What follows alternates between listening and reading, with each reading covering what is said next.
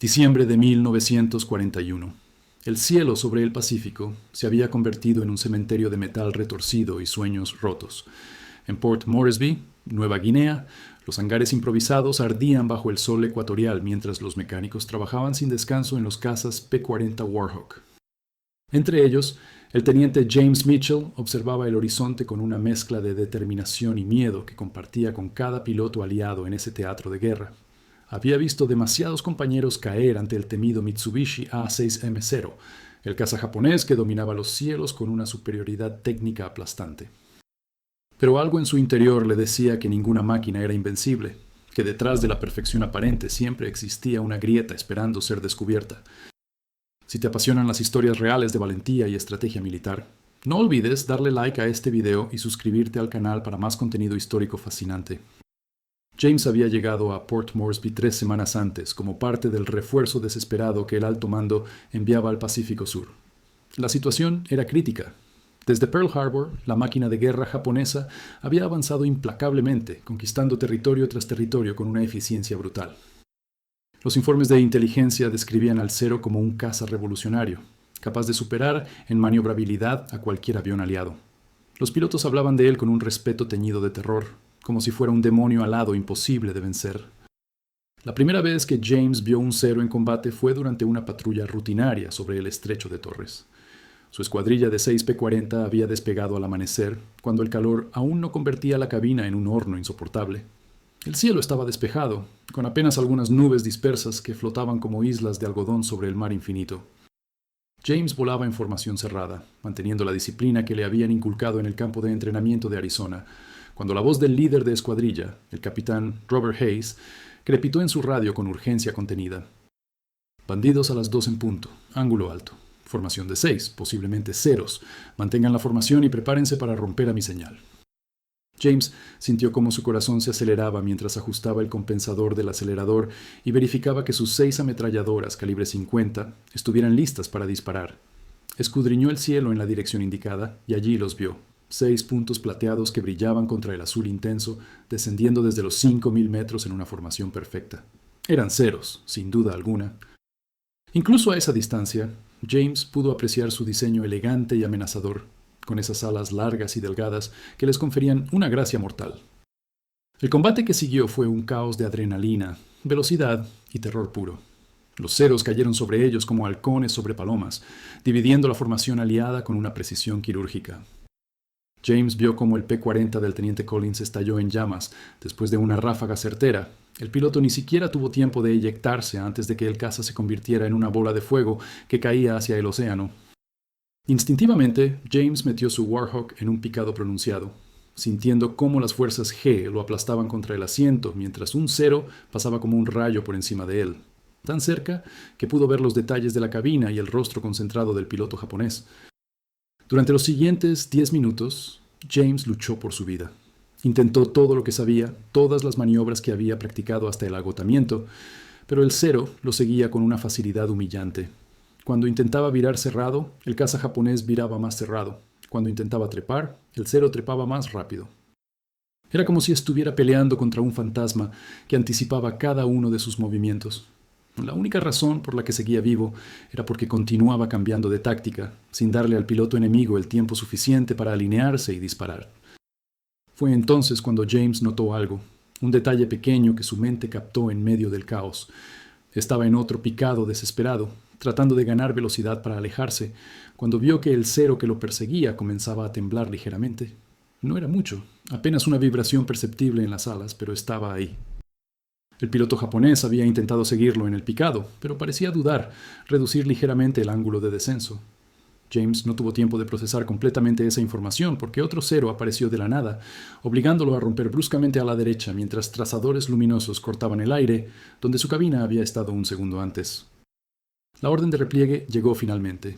Los P-40 supervivientes, solo 4 de los 6 originales, se reagruparon a baja altura y pusieron rumbo a Port Moresby a máxima potencia. Los Zeros no los persiguieron más allá del punto de no retorno, dando media vuelta con la misma disciplina con la que habían atacado. James aterrizó con las manos temblando sobre los controles, el overol empapado en sudor y la boca seca como el desierto de Mojave. Había sobrevivido a su primer encuentro con el Zero, pero 2 de sus compañeros no habían tenido la misma suerte. Esa noche, en la destartalada cantina que servía como club de oficiales, James no pudo dormir. Se sentó en una mesa apartada con una taza de café aguado que se había enfriado hacía rato, y revivió mentalmente cada segundo del combate. Los otros pilotos hablaban en voz baja, procesando la pérdida de Collins y del teniente Morrison, cuyo P-40 había sido visto cayendo en llamas cerca de la costa. Pero James estaba absorto en ese momento específico, cuando el cero había temblado durante el picado. ¿Qué significaba? ¿Era solo su imaginación bajo el estrés del combate? ¿O había visto realmente algo importante? El capitán Hayes se acercó a su mesa, llevando su propia taza de café y una expresión de cansancio que parecía tallada en piedra. Era un veterano con más de 20 misiones de combate, un piloto respetado que había volado en China con los tigres voladores antes de la guerra. Se sentó frente a James sin pedir permiso y lo estudió con ojos penetrantes que habían visto demasiada muerte para su edad. Sobreviviste a tu bautismo de fuego, Mitchell. No todos pueden decir lo mismo. ¿Cómo te sientes? James tardó un momento en responder, eligiendo sus palabras cuidadosamente. Confundido, señor. El cero es todo lo que dicen, y más. Es más rápido, más maniobrable, trepa mejor. Pero vi algo durante el combate, algo que no puedo quitarme de la cabeza. Hayes se inclinó hacia adelante, su interés genuino palpable. Sigue hablando, teniente. En esta guerra, cualquier observación puede marcar la diferencia entre la vida y la muerte. James describió lo que había visto. El temblor en las alas del cero durante el picado de alta velocidad. La ligera excitación del piloto japonés. Hayes escuchó sin interrumpir, asintiendo ocasionalmente mientras procesaba la información. Cuando James terminó, el capitán permaneció en silencio durante varios segundos, mirando su taza como si contuviera las respuestas del universo. Eso tiene sentido, Mitchell. Los informes de inteligencia mencionan que el cero está construido para ser extremadamente ligero, sacrificando blindaje y resistencia estructural a cambio de maniobrabilidad y alcance. Si es tan liviano, es lógico pensar que podría tener problemas de flutter o deformación estructural a altas velocidades. El problema es que nadie ha podido verificarlo, porque la mayoría de los pilotos no sobreviven lo suficiente para contarlo. ¿Y si pudiéramos confirmar esa debilidad, señor? ¿Y si pudiéramos convertirla en una táctica? Hayes lo miró con una mezcla de admiración y preocupación. Eso requeriría meterse deliberadamente en situaciones de combate extremadamente peligrosas, Mitchell. Tendrías que enfrentar a los Zeros repetidas veces, probar tus teorías bajo fuego real. Es una forma casi segura de terminar como Collins o Morrison. Con todo respeto, capitán, ya estamos en una situación casi segura de morir. Al menos esto nos daría una oportunidad de cambiar las probabilidades. Durante las siguientes semanas, James se convirtió en un estudiante obsesivo del cero. Solicitó todos los informes de inteligencia disponibles, estudió fotografías de reconocimiento, interrogó a pilotos que habían combatido en China y las Filipinas. Descubrió que el cero estaba impulsado por un motor radial Saka-E de 950 caballos de fuerza, suficiente para darle una relación peso-potencia excepcional, pero no suficiente para mantener un rendimiento óptimo en picados prolongados a máxima velocidad. Su construcción ultraligera, con paneles de aluminio delgado y mínimo refuerzo estructural, lo hacía vulnerable a las fuerzas G extremas. James también comenzó a modificar su forma de volar. El P-40 Warhawk no podía superar al cero en un combate de giros, eso estaba claro. Pero el Warhawk era más pesado, más robusto, con una estructura reforzada que podía soportar castigos tremendos. Y tenía algo más, algo que James estaba empezando a apreciar. En picado, a máxima potencia, el P-40 podía alcanzar velocidades cercanas a los 550 km por hora, velocidades que podrían ser mortales para un caza más ligero. El capitán Hayes, intrigado por la dedicación de James, decidió apoyarlo. Organizó sesiones de entrenamiento especiales donde los pilotos practicaban picados de alta velocidad y recuperaciones bruscas, acondicionando sus cuerpos para soportar las fuerzas G extremas.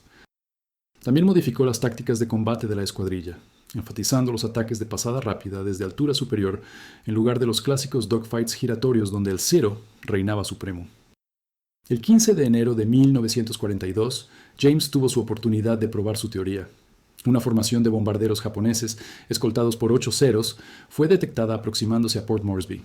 La escuadrilla de Hayes despegó para interceptarlos, trepando rápidamente para ganar la ventaja de altura antes del contacto. James volaba como elemento número 3, con su compañero de ala, el teniente David Chen, un piloto de ascendencia china-americana que compartía su obsesión por derrotar al cero. El combate comenzó a 4.000 metros de altura. Los Zeros, fieles a su doctrina, se separaron de los bombarderos para enfrentar a los P-40 que descendían desde arriba. James seleccionó un Zero que volaba en posición defensiva, protegiéndose mutuamente con su compañero de ala. En lugar de intentar virar con él, James mantuvo su velocidad y energía, pasando como un rayo mientras disparaba una ráfaga corta. No esperaba derribar al caza enemigo con ese primer ataque. Su objetivo era diferente: hacer que el piloto japonés reaccionara, que lo persiguiera. Y funcionó. El Zero viró bruscamente para seguirlo, con su compañero de ala manteniéndose cerca. James metió el morro del Warhawk hacia abajo, empujando el acelerador hasta el tope, mientras comenzaba un picado pronunciado. El altímetro giraba en sentido contrario mientras descendía a través de las capas de aire cada vez más denso. El indicador de velocidad trepaba 300, 400, 450 kilómetros por hora. El P-40 vibraba con la velocidad, pero se mantenía estable, su estructura sólida absorbiendo las fuerzas sin problemas. James miró por encima de su hombro, usando el espejo retrovisor que había improvisado con un fragmento de metal pulido. El Zero lo seguía, pero ahora podía ver claramente lo que había observado en su primer combate. Las alas del caza japonés temblaban visiblemente. El flutter estructural era inconfundible incluso a distancia. Más importante aún, el Zero estaba perdiendo terreno. Su piloto no se atrevía a mantener el mismo ángulo de picado que el Warhawk. James esperó hasta que su altímetro marcaba 1500 metros. Entonces tiró con fuerza de la palanca de control. La recuperación fue brutal. Las fuerzas G lo aplastaron contra el asiento con una presión que le nublaba la visión. Sintió como la sangre se drenaba de su cerebro. Los bordes de su campo visual comenzaban a oscurecerse, pero mantuvo la presión. El P-40 respondió, saliendo del picado en un arco amplio que lo dejó volando a baja altura sobre el océano, con una velocidad tremenda. Miró hacia arriba justo a tiempo para ver que el Zero había intentado seguirlo en la recuperación. El caza japonés había tirado demasiado bruscamente de la palanca, tratando de no perder a su presa, y las consecuencias fueron devastadoras. Las alas del Zero, sometidas a fuerzas G para las cuales no estaban diseñadas, comenzaron a deformarse. James observó con una mezcla de horror y fascinación cómo el ala derecha se doblaba hacia arriba antes de separarse completamente del fuselaje. El Zero entró en un giro incontrolable, desintegrándose en el aire antes de estrellarse contra el mar en una explosión de espuma blanca. No había sido un disparo lo que había derribado al Zero. Había sido la física pura, las limitaciones estructurales del diseño ultraligero, expuestas de la manera más brutal posible. James había encontrado el punto débil. Durante el vuelo de regreso a Port Moresby, James explicó por radio lo que había hecho y lo que había visto. El capitán Hayes, que había derribado uno de los bombarderos, escuchó con atención creciente. Cuando aterrizaron, convocó inmediatamente a todos los pilotos de la escuadrilla para un briefing de emergencia. James repitió su experiencia, esta vez con más detalle, usando diagramas improvisados en una pizarra para ilustrar la maniobra. Caballeros, el teniente Mitchell acaba de darnos lo que llevamos meses buscando, una forma de combatir al Zero en sus propios términos. El secreto no es tratar de superarlo en maniobrabilidad, eso es un suicidio. El secreto es usar nuestras fortalezas contra sus debilidades. Somos más pesados, más rápidos en picado y más robustos estructuralmente. Si podemos dictar el tipo de combate, si podemos obligar a los Zeros a pelear en el dominio de la velocidad vertical en lugar del dominio de los giros horizontales, tenemos una oportunidad. Los días siguientes fueron un torbellino de actividad. La táctica de James, que la escuadrilla comenzó a llamar el ataque de Boom and Zoom, se refinó y se practicó hasta la perfección.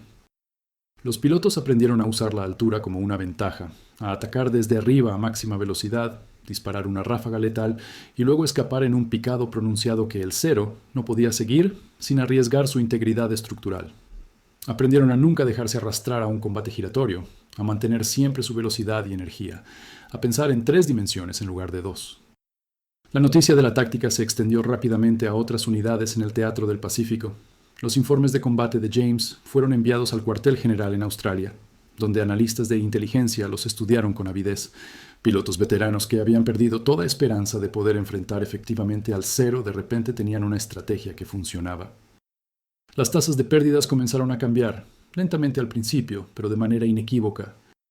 En febrero de 1942, James fue convocado a una reunión con el general George Kenney, comandante de las Fuerzas Aéreas aliadas en el Pacífico Sudoeste. El general era conocido por su enfoque innovador y su disposición a escuchar ideas de cualquier rango, y quería escuchar de primera mano la experiencia de James. Teniente Mitchell, su trabajo ha salvado vidas y está cambiando la forma en que combatimos en este teatro. Quiero que sea parte de un programa de entrenamiento que estamos estableciendo para enseñar estas tácticas a todas las unidades de cazas. También quiero que continúe refinando sus métodos. El Cero es una máquina formidable, pero ahora sabemos que no es invencible. James aceptó, aunque una parte de él prefería estar en el aire, volando misiones, en lugar de enseñando en tierra. Pero comprendía la importancia de difundir el conocimiento. Cada piloto que aprendiera estas tácticas tendría una mejor oportunidad de sobrevivir, de regresar a casa cuando terminara la guerra. Durante los siguientes meses, James voló misiones de combate y también instruyó a nuevos pilotos. Vio cómo las tácticas que había descubierto se expandían y evolucionaban, cómo otros pilotos añadían sus propias innovaciones. El teniente Chen desarrolló una variante que involucraba ataques coordinados desde múltiples ángulos, maximizando las probabilidades de éxito. Otro piloto, el capitán Williams, perfeccionó la técnica de usar las nubes como cobertura para posicionarse antes del ataque. Pero el combate seguía siendo peligroso y mortal. James perdió más amigos, vio más P-40 cayendo envueltos en llamas. El teniente Chen fue derribado sobre Rabaul en marzo, aunque logró eyectarse y fue rescatado por un submarino 3 días después. El capitán Hayes sufrió heridas graves cuando un cañón de 20 milímetros de un Cero destrozó su cabina.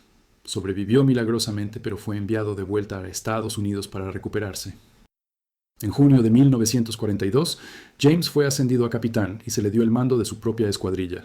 Para entonces, había acumulado 7 victorias confirmadas, todas contra ceros, todas usando las tácticas que había desarrollado. Pero los números no eran lo que lo motivaba. Lo que lo impulsaba era la certeza de que cada piloto que entrenaba, cada táctica que refinaba, estaba ayudando a inclinar la balanza en una guerra que había parecido perdida solo meses atrás. La batalla de Midway en junio cambió fundamentalmente el curso de la guerra en el Pacífico. La marina japonesa sufrió pérdidas devastadoras, y aunque los combates aéreos continuaron siendo feroces, la iniciativa comenzó a cambiar de manos. Los pilotos aliados, ahora equipados con mejores tácticas y creciente experiencia, comenzaron a cuestionar la invencibilidad del Cero.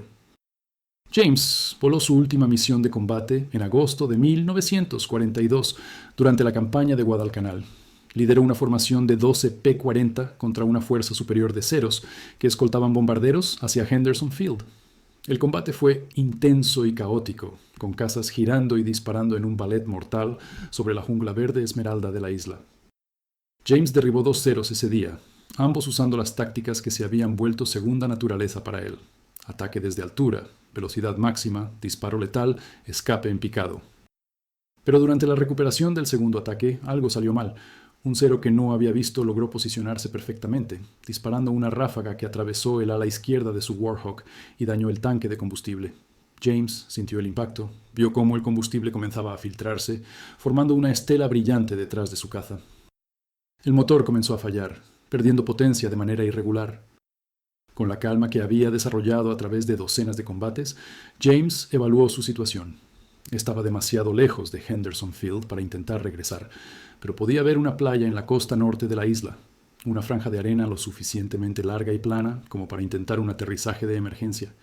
Comunicó su intención por radio y dirigió su P-40 moribundo hacia la costa. El aterrizaje fue duro pero controlado. Las ruedas se hundieron en la arena. El caza se inclinó peligrosamente hacia la izquierda antes de detenerse finalmente a pocos metros de la línea de árboles.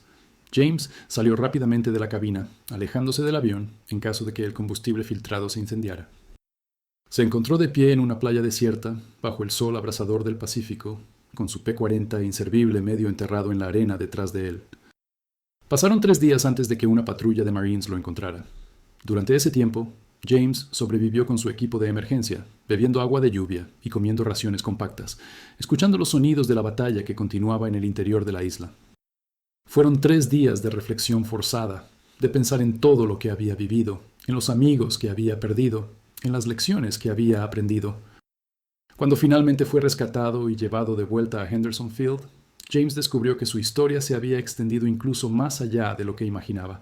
Los corresponsales de guerra habían recogido la historia del piloto que había descubierto cómo vencer al Cero, y ahora su nombre aparecía en periódicos de todo Estados Unidos.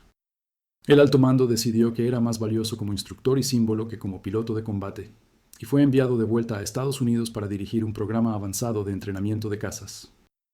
James pasó el resto de la guerra enseñando a nuevas generaciones de pilotos las lecciones que había aprendido con tanta dureza en los cielos del Pacífico. Vio cómo nuevos cazas, como el P-38 Lightning y más tarde el P-51 Mustang, se unían a la lucha. Vio cómo las tácticas que había ayudado a desarrollar se convirtieron en doctrina estándar, no solo para los P-40, sino para todos los cazas aliados. Cuando terminó la guerra en agosto de 1945, James había entrenado a más de 300 pilotos. Muchos de ellos le escribieron después, contándole cómo las tácticas que les había enseñado habían salvado sus vidas. Algunos se convirtieron en ases por derecho propio, otros simplemente sobrevivieron y regresaron a casa con sus familias. Para James, eso era más que suficiente recompensa. Regresó a su pueblo natal en Idaho, llevando consigo las cicatrices invisibles de la guerra y los recuerdos de demasiados amigos perdidos. Se casó con su novia de la infancia, Mary, quien había esperado pacientemente su regreso. Juntos construyeron una vida tranquila. James trabajó como instructor de vuelo en el aeropuerto local, enseñando a civiles a volar en Cessnas y Pipers, una existencia pacífica muy diferente de los días de adrenalina y terror sobre el Pacífico. Pero James nunca olvidó las lecciones de la guerra. Cada vez que subía a un avión, cada vez que sentía los controles en sus manos, recordaba esos momentos críticos cuando un instante de observación había marcado la diferencia entre la vida y la muerte. Recordaba la vibración de las alas del cero, la confirmación de que incluso la máquina más perfecta tenía sus limitaciones. Y recordaba algo más importante, que la guerra no se ganaba solo con máquinas superiores o números abrumadores, sino con pilotos que pensaban, observaban y adaptaban. En 1967, más de 2 décadas después del fin de la guerra, James fue invitado a dar una conferencia en la Academia de la Fuerza Aérea. Frente a una audiencia de cadetes jóvenes y ansiosos, compartió su historia no como un héroe, sino como un estudiante que había aprendido de sus errores y observaciones. Les habló sobre la importancia de la adaptabilidad, de nunca asumir que el enemigo era invencible, de buscar siempre ventajas donde otros solo veían imposibilidades. Un cadete levantó la mano al final de la conferencia.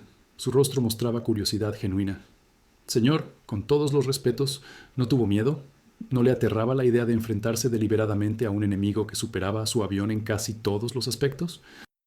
James sonrió, reconociendo en esa pregunta la misma incertidumbre que él había sentido décadas atrás. Por supuesto que tenía miedo.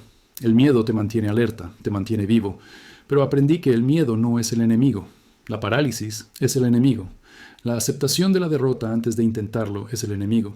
El cero era superior en papel, pero las batallas no se libran en papel. Se libran en el aire, por pilotos reales que cometen errores, que tienen limitaciones, que pueden ser superados si encuentras la forma correcta. James Mitchell murió en 1993, a los 74 años, rodeado de su familia. Sus logros durante la guerra habían sido reconocidos con múltiples condecoraciones, incluyendo la Cruz de Vuelo Distinguido y la Medalla del Aire con 4 racimos de hojas de roble. Pero su verdadero legado no estaba en las medallas o en las victorias confirmadas.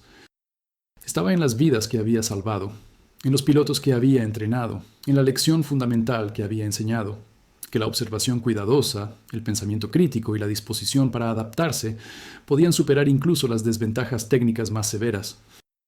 Los historiadores militares todavía estudian las tácticas que James ayudó a desarrollar. El boom and zoom se convirtió en una doctrina estándar que influenció el diseño y el empleo de cazas durante décadas. Los ingenieros aprendieron que la maniobrabilidad extrema no era la única virtud en un caza, que la velocidad, la robustez estructural y el poder de fuego también tenían su lugar en la ecuación del combate aéreo. Pero quizás el impacto más profundo de la historia de James Mitchell no está en los manuales de tácticas o en los libros de historia. Está en la inspiración que proporciona a cualquiera que se enfrente a un desafío aparentemente insuperable. Su historia nos recuerda que ningún adversario es verdaderamente invencible, que siempre existe un punto débil esperando ser descubierto por alguien lo suficientemente observador, valiente y creativo para buscarlo. En los cielos sobre el Pacífico, en esos días oscuros de 1942, un joven piloto miró más allá de la reputación temible del cero y vio lo que otros habían pasado por alto, que la perfección tiene un precio y que ese precio puede convertirse en vulnerabilidad en las manos correctas. Esa observación cambió el curso de innumerables combates aéreos y salvó innumerables vidas. El P-40 Warhawk nunca fue el caza más elegante o avanzado de la Segunda Guerra Mundial, pero en manos de pilotos como James Mitchell, que comprendieron sus fortalezas y las usaron inteligentemente contra las debilidades de su adversario, demostró ser más que suficiente. Y esa, al final, es quizás la lección más importante de todas, que no siempre se trata de tener el mejor equipo, sino de saber cómo usar lo que tienes de la manera más efectiva posible. La historia de James Mitchell y el descubrimiento del punto débil del cero es un recordatorio permanente de que, en la guerra, como en la vida, la victoria a menudo pertenece no al más fuerte o al mejor equipado, sino al más adaptable y observador. Es una historia sobre la importancia de cuestionar suposiciones, de aprender de cada experiencia y de nunca aceptar la derrota como inevitable. Es, en esencia, una historia sobre el triunfo del ingenio humano sobre las limitaciones aparentes, una lección tan relevante hoy como lo fue hace más de 80 años en los cielos sobre el Pacífico.